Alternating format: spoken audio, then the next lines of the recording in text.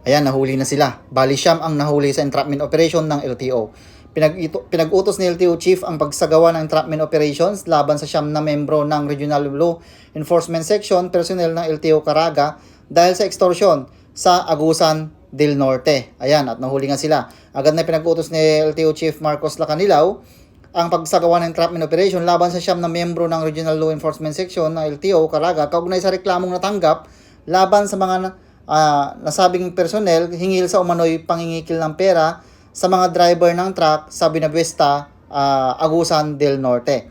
Isinagawa ang anti-kotong operation noong Hunyo 18, 2026 sa barangay Alubihid, Buenavista, Agusan del Norte sa pamamagitan ng joint operation ng LTO Central Office, Regional Intelligence Division ng Philippine National Police, Regional Office 13, at Regional Intelligence Unit 13, Regional Mobile Force, Battalion 13, at Buenavista Municipal Police Station. Okay?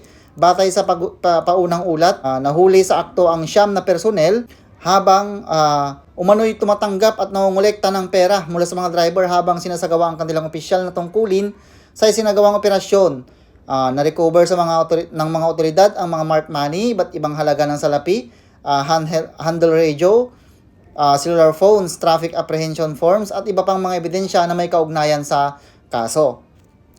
Ang mga narestong personnel ay dinala na sa Buenavista Municipal Police Station at kasalukuyang inihanda ang mga pagsampa ng mga kasong direct bribery at paglabag sa Republic Act No. 3019 o Anti-Graft and Corrupt Practices Act laban sa masangkot na. Ayan, so bilang isa ito sa mga kasi ng LTO ASIC na ang korupsyon ay matanggal o kahit mabawasan man lang sa kanyang pamumuno sa LTO.